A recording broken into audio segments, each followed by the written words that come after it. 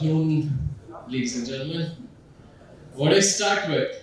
I think if this exam is so simple and so easy, had you listened to Raj Nandini's initial introduction, you would have solved two questions in general studies. The one question was the role of UPSC, and another is what's the history of civil services in India. So, there are a few things which I would want to talk about. I would start with a little bit, continuing from where Dr. Khan left. There's a very, very beautiful book by Nassim Nicholas Taleb. The name of the book is Anti-Fragility, the things which gain from disorder. How many of you know the word fragile? Okay, what does fragile mean? Which is so delicate that whenever it encounters any pressure, whenever it encounters anything strong, any disorder, it disintegrates, it falls. And there's another word called resilient. What does resilient mean? Resilient means which can withstand that disorder. So the author introduces this word anti-fragile. Anti-fragile means those they don't disintegrate because of disorder. They not only withstand it but also become stronger. So a classic example of it is Hydra. We have heard about the story Hydra, right? You cut its one head to spring out of it. So that's an example of anti-fragile. So the whole point of telling this to you is, I think whenever a person starts to, imagining himself, he wants to do something good, he needs to have this attitude. He needs to bring this quality of anti-fragility in himself or herself. Because come what may, whatever you want to do, whatever a person wants to do, he'll face obstacles, he'll face problems, he'll face challenges. But the question there is whether those challenges make you fall back, or as Khan pointed out, whether those challenges make you fall forward and you raise stronger and 5 inches ahead of where you had fallen from. I'll tell you one more example. We have a batchmate, his name is Ajay. Ajay is 100% blind. He's a batchmate, he's right now in Punjab, Karachi. Last year, during our last phase of training, we had gone for a foreign study tour. We went to London. So he and I were in the same group. So as it happened that those who had planned our tour, they had kept one meeting of us in a place called Policy Lab. It's in Whitehall. It's a UK body just like Niti Aayog we have here. So what they do in the Policy Lab is they sort of discuss and brainstorm and come out with ideas. And so it was we were expecting that this would be a great experience.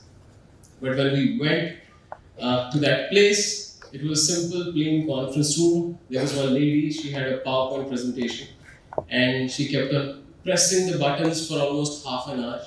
And we were 18 of us and we hardly could gather anything from what she was saying. So that half an hour was completely sort of waste for us. So then we were coming out of that building. It's located in the Treasury, Her Majesty's Treasury building. So while we were coming out, Ajay is with me, and so he's holding my hand and we're together coming out. And these are his words. Athar यार इन्होंने हमारा पूरा 1 घंटा waste कर लिया. ये यहाँ क्यों लेके आए हमें? इनको तो हमें यहाँ के स्कूल दिखाने चाहिए. इनको तो हमें यहाँ के अस्पताल दिखाने चाहिए. हमें तो वापस जाके अस्पताल बनाने, हमें वापस जाके बहुत अच्छे स्कूल बनाने हैं, बहुत अच्छे स्टेडियम बनाने हैं. So there is a person, he cannot see the school. There is a person, he cannot see that hospital. But he has that passion in himself that I want to see the school and I want to go back and make a better school for the people back in my country. So that's the zeal, that is the passion, that come what may, whatever challenges you have, you will emerge stronger, you will not let yourself down. So, what's the bottom line here? Now, how do we reach to this sort of character? How do we build this sort of attitude in ourselves? I think the first and foremost thing is a person, as Thansar also pointed out, one needs to have clarity in mind about what he wants to do. Not only that, he also needs to know why you want to do that.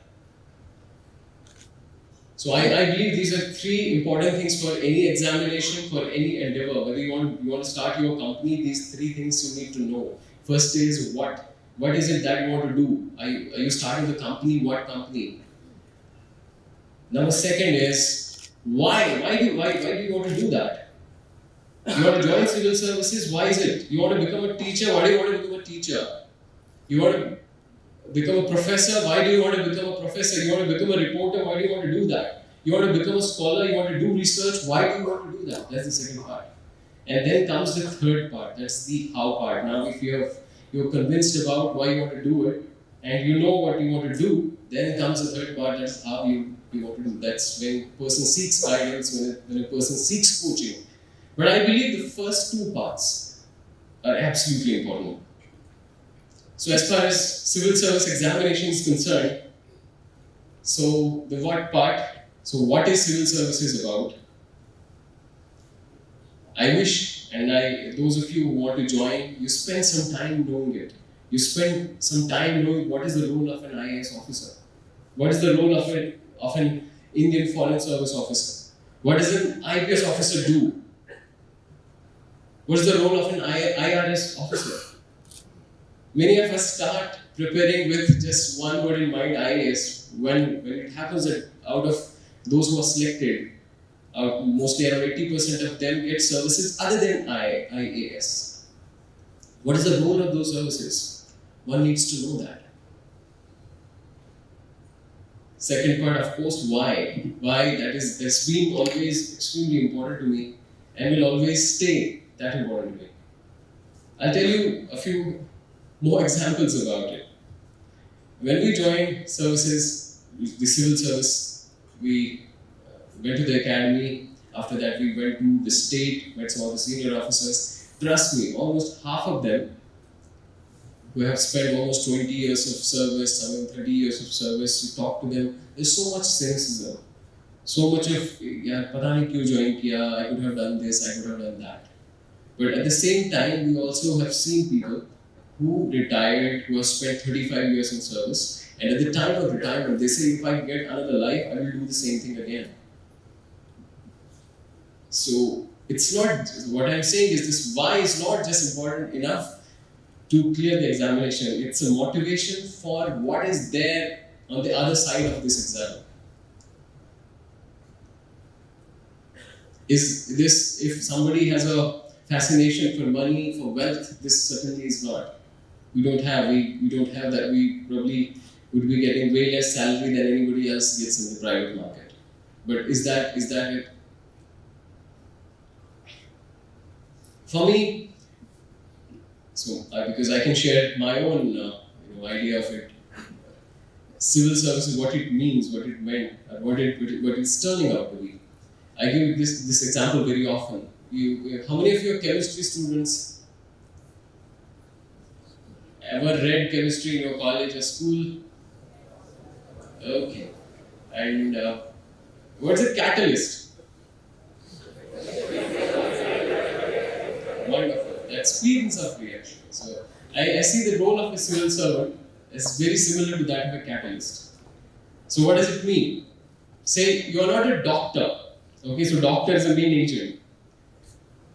But you can ensure that there's right kind of atmosphere, right kind of facilities for people, and they have good medical facilities. You're not yourself a teacher, but you have that opportunity, you have that ability, you have that authority that you can ensure that people get good education.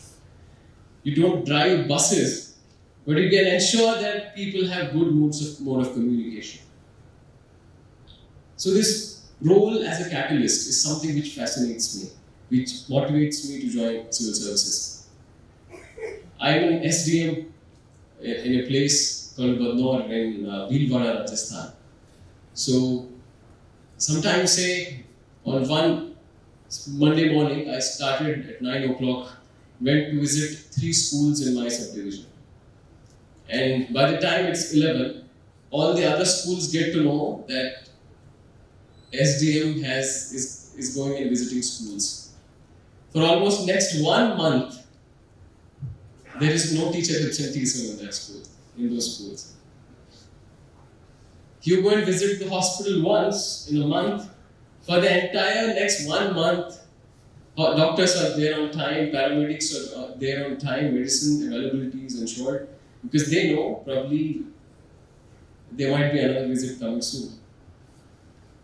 So this is something which I have found extremely amazing and extremely wonderful. And we often talk about passion, that one should find that passion. But many of us don't know what our passion is, right? And अपना passion ढूंढो, but हमें पता नहीं होता हमारा passion क्या है. उसको ढूंढने के लिए इंसान को थोड़ा सा struggle करना बहुत जरूरी है. It's very, very important. And how do we do that? Now, this passion can be of n number of kinds. It can be that of wealth, it can be that of affluence, it can also be that of social service. I would definitely prefer the second one. That try to have this one ideal, this is one passion that you can clearly take up. You don't need any classes for that. That is, try whatever you want. Keep this thing in mind that whatever you want to do in future, I want to have a positive impact in somebody's life. I want to have a positive role in society. I want to do something good. Now, whatever be the means, whatever be the way, I will do that. Just keep this goal at the back of your mind.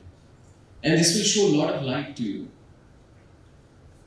We live in a country, where on one side we are expecting that we'll become a $5 trillion economy in a decade or so. But at the same time, we're almost around 38% of our children who are malnourished. At the same time, almost 52% of our women in our country, they are anemic. Do you know what is the IMR, infant mortality rate in Madhya Pradesh? Or in the states nearby, in UP, in Bihar, in Rajasthan?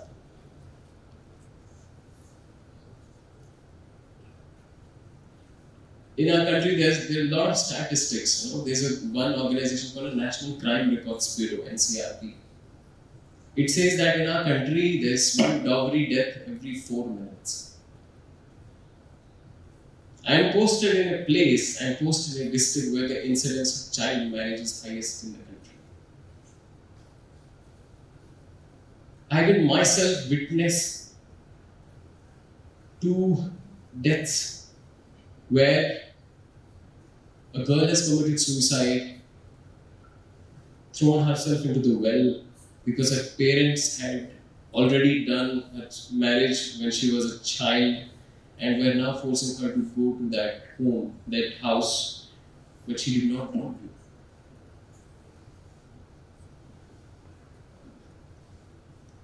We are all sitting here in wonderful chairs, discussing and being comfortable in AC and air condition. And trust me, and I know most of you know this, if you just take any road from this place, move 90 kilometers into the rural part of the country, look at a school, and then you will find there are children who are just sitting on bare ground. You'll find that for 5 classes in a primary school, we only have 2 teachers. In our country, we lack 12 lakh teachers. हमारे देश में 12 lakh teachers की कमी है. हमारे देश में 12 million बच्चे अभी भी चाइल्ड लेबर में इंक्लूड हैं. That's the country we live in. So that is the reality that we are facing. And this reality, I think it's something that should motivate us, that should ignite that fire in our hearts. That whatever I do, it doesn't matter. Becoming a civil servant, becoming an IAS officer is not it. Kitne banenge? It's not everything. As they say, you don't need Archimedes' lever to change the world. But good intention, good effort, that sensitivity, that compassion inside your heart, those small acts of kindness, जहाँ पे भी आप कुछ अच्छा कर पाएं, try to do that. With whether you teach somebody, whether you feed somebody, whether you help somebody, I think that's enough. I think that can make this world such a better and even wonderful place to be. So I will sort of try to lighten up the air. Try to keep this thing in mind. That whatever you do, and it doesn't mean a person will fail twice, 100 times, doesn't matter. But just try to keep this one thing in your mind, that you will always try to strive for doing that good, strive for doing that little bit. I'm sure we will live in a better and a wonderful place. Thank you so much, and God bless you. Have a wonderful careers, and I'm sure you will all make us proud in whichever way and whichever field you will have. Thank you so much.